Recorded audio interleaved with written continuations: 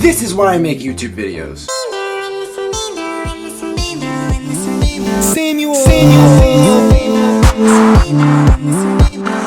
Hi guys, I'm Samuel. I'm a rapper, singer, producer, YouTuber, podcaster, and robot. Yes, I actually do all these things. And this is my channel trailer, but it's also for anyone who watches my videos and they're like, what the fuck is this shit? Or anyone who just wants to know more about me. So this video talks about the 9 reasons I make these videos. And I'm gonna go over some bonus items at the end, like what kind of content you can specifically and consistently find on my channel, as well as some vocabulary terms I've started using here as well, and what they mean. Number 1 is connect with the audience. A lot of the time, producers and promoters and CEOs and coaches in any sort of major content creators of YouTube, across the music industry especially, are always talking about making content and connecting with your fans. And I don't know how I would do that other than just dropping music all over the place. Which I do, but still, that's not enough for me. And I feel like it's not enough for my fans either. And making vlogs to me and shit like that always seemed fucking boring and lame. It's kind of like wearing band-aids and using auto-tune. If anyone else wants to do it, fine by me. But I personally would really just rather not. And that's because, yes, it's very organically presented, it's authentic, but I care more about quality as far as the presentation itself and the full-on pieces of content that are being distributed. I want to document and create at the same time. And I never see or hear about rappers connecting with their audience through YouTube in a way like this. But you know what? I often do see and hear about all sorts of people in all walks of life connecting with their fans through YouTube. So I don't see a reason not to do what other people in my field are not really doing. I'm trying to be an early adopter. Even though some other people like Curtis King and Smart Rapper have already kind of done this, I think 2 people is, you know, less than fucking 8 billion. But on top of connecting with my fans, number 2 is, you know, brand building. My brand is basically meant for the reduction of suffering and enhancement of the flourishing of humanity. I tell people I want my music to intertwine with the bettering of humanity, but that's like as far as my music, not my like life purpose. But my brand is basically a representation of universal self-growth. It's the future of culture, especially in Western civilization, like what I believe to be the most impactful area of life on our personal beliefs and mindsets as we grow older. I think the universe is ultimately willing to accept only a progress of humankind, not a stagnation. And I want to forward and promote that progress and bring more awareness to it. As humankind progresses, there are loopholes and problems that I feel like we should know more about. Things that I feel like the major players of the world can't really fix. Subtle things. Things that specifically need to be proactively taken on by the people. I don't know of any rappers, singers talking about things I'm talking about, at least in ways I'm talking about them. I think that our culture needs to focus more on self-growth and less on self-doubt. And of course we're making progress, but when I look at the Billboard Top 100 charts, I see more problems than solutions. Like, no shade to these artists. I got so much love for them and their music, but imagine if Better Now by Post Malone were about how a girl broke up with him and it fucking crushed his heart. But he was like, dude, there's gotta be a way around this. There's gotta be a way out of it. So he wrote down all the reasons he thinks that she broke up with him, and he got a book on each one of them and started changing and correcting himself. And he found another girl and the relationship was a lot better. You wanna pretend there aren't happy endings? It's all just one constant stream of sorrow? But like, I look at the charts and this is what I think about. There's so many songs about heartbreak and a lot of songs about getting over it, like sure. But there aren't enough songs about how to do it, how to do things. There isn't enough practical knowledge being spread. If you spread practical knowledge, people would be able to learn while they have fun and jam out with their friends and spend time with their families. When you think of how the lyrics of our modern age affect the youth, you may consider more downsides than upsides. If not upsides, then really kind of just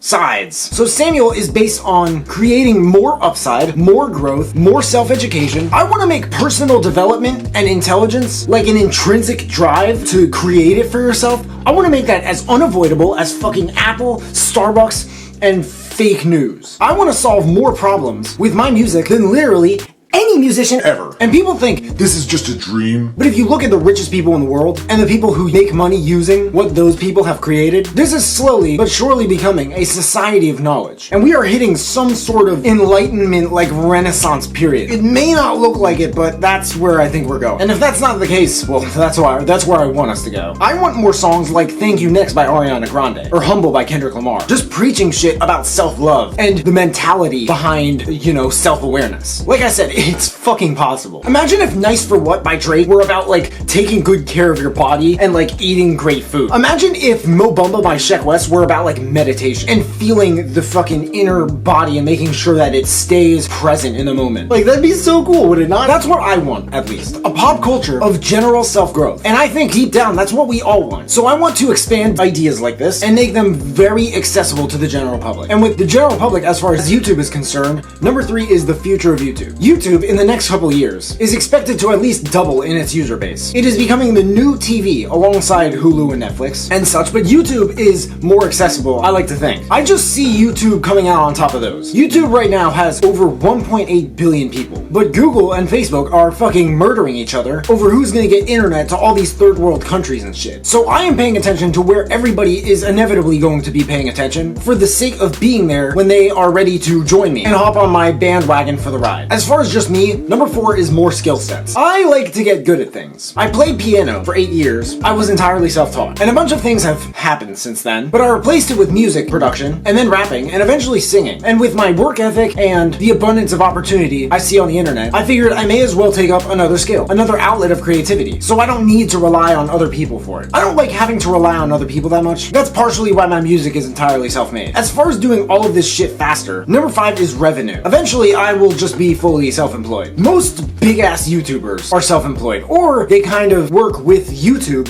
or with each other, or both. But as things like affiliate marketing, fundraising, and just specialized knowledge and consulting or whatever in any given area increase in popularity, so will putting money into and receiving money from the internet upon which they take place. There are affiliate links found in the description of all my videos, and if you guys buy anything, I get commission, which helps me build this channel and keep making these videos for you guys. Number 6 is connections. There are so many people, artists, producers, podcasters, YouTubers. The more of me there is on the internet, the higher chance they have of finding me. YouTube, for me, is also a means of content creation. And when people are like, bro, if you want to be successful as an independent artist, you gotta be active on all these platforms. I looked at YouTube, I took one look at it, and I was like, what the fuck am I supposed to do here? What kind of shit am I supposed to put on here? This is like the new TV. It better be fucking good. I'm not just gonna drop a couple music videos like, you know, like once a year. That's what every other artist is doing. Even the big ones. But they have budgets. They have investors. They have distro deals. So these videos better be fucking dope. They better be proactively made on my part. They better be shot with a fucking great camera. I better be in a cozy environment. I better have the best workflow I possibly can. And that's going to help build my brand. 2, it's gonna help other people discover me. They will want to work with me. And there's so many YouTubers doing like stand-up, music, keynote events. The opportunities are really endless. Seriously. Like, we become celebrities through this shit. Why would I pass up on that? Number 7 is self-organization. So I'm always saying that, and I think that's because robots possess this AI, artificial intelligence. It's this ability to learn about humans and their inner circuitry so they can be more like us. However, what I'm doing is the exact reversal of that. I am learning about their inner circuitry so I can be more like them. I don't know or know of anyone who openly does this, other than me. But another part of the reason I tell people I'm a robot is that I'm constantly trying to correct myself all the fucking time so I can optimize the way the world experiences me and vice versa. And part of that is self-organization and the ability to organize my thoughts and actions, because all my childhood, this was a big fucking problem for me that no fucking school was fucking willing to fix. And honestly, when I write these videos, I'm really just trying to fucking make sense of my own thoughts. It's extremely difficult sometimes. Like, I have a very chaotic mind. My thoughts move extremely fast. Always. And it's not easy for me to explain myself when I'm saying one thing and it reminds me of another that I think is really important, and I'm scared that I'll forget that, so I bring that up, and then I forget about the original topic, and then the entire conversation goes in an entirely different direction. I don't want to be one of those people. Everyone has that one friend who never shuts the fuck up because they just talk forever and ever and never actually say anything because they cannot organize and actualize what they're saying as far as they know. I write all of these videos down by the word. That's why I cut every 2 fucking seconds, for anyone who's really curious. That's why, even though it's a slow process, I'm still trying to get better at memorizing things too, so I can read it and say it all to the camera in one take. I watch my videos too, a lot, specifically so I can memorize things I say in them and explain them in conversation. My YouTube self is my ideal self, I like to think. If you see me in real life, I'm not entirely like this. I'm not exactly like this, but I am closer to it than ever before. And I like organizing myself on here, so I can live in real life a lot smoother, with more ease, since all my words and actions on here translate themselves eventually into physical actions anyway, around others. Something else is a lot of these videos are really just notes to self. A lot of the time when I slip up on very small things, but they are important, I'll be like, what was that one video I made about crushing it on Instagram? And I watch it and I see that one part about responding to every comment. And it's always that small thing, you know? Those small details, and I'm like, oh, that's what I was slipping up on. That's what I stopped doing last month. That's what fucked up my results. It had to be that one variable that I could control. So I rewatch a lot of my videos just to remind myself, like, dude, this is who I am. This is how I do things. And I want other people to know about it too, because maybe it's, fucking valuable to them in some way or another. I don't know. Number 8 is explaining things. Something else is answers. If I ask people something and they don't give me the best answer as soon as possible, like fucking, I don't know, Google does, it always frustrated me. I don't like leaving things unanswered. If I do, it's always specifically because I don't have time or some other reason that I'd rather just not really share. And again, I'm trying to just prioritize and organize myself. But when I was younger, I always felt the need to explain things to people so that they could understand entirely. When people ask me why I did this or that, I would always just talk and never give them the most blunt, concise, and valuable answer. And I always hated this about myself, honestly, and it's still sort of the case. And I'm getting better. I think I've made a lot of progress, particularly in the last year. Coincidentally, I've also made a lot of fucking progress on YouTube as well in the last year. Sometimes people just see my content on social media, and I know every now and then one wonders what the fuck is going on in this kid's head. I want them to know. I want you to know. I want the world to know. So I can continue to make sense of and further my personal development in ways that can be accessed by other people across the world. Because I want to inspire and educate and entertain all at the same time. I feel like not enough people are doing all three of those things. I know I have a lot of things to say, but YouTube is the cheapest, fastest, most comfortable way I have found to explain all of this shit to people who are willing to listen the whole way through. If they don't want to do that for whatever reason, I won't be there to give a shit about it. Because number 9, save time. I'm trying to save time. When people ask me how I do this, how I do that, I don't like, again, having to explain myself on the spot, because without YouTube, it would require lots of self-organization, which requires a lot of my time and your time, and I don't like wasting your time. I hate doing that shit. I have no patience myself, so I look at others and pretend that they're the same way. I know most people, if anything, prefer fast delivery to slow delivery. If you don't believe me for whatever reason, look at Amazon. So many people give me the same questions, and I have also found that I strongly dislike constant repetition on the part of other people when it specifically gets in my way. And by other people, I mean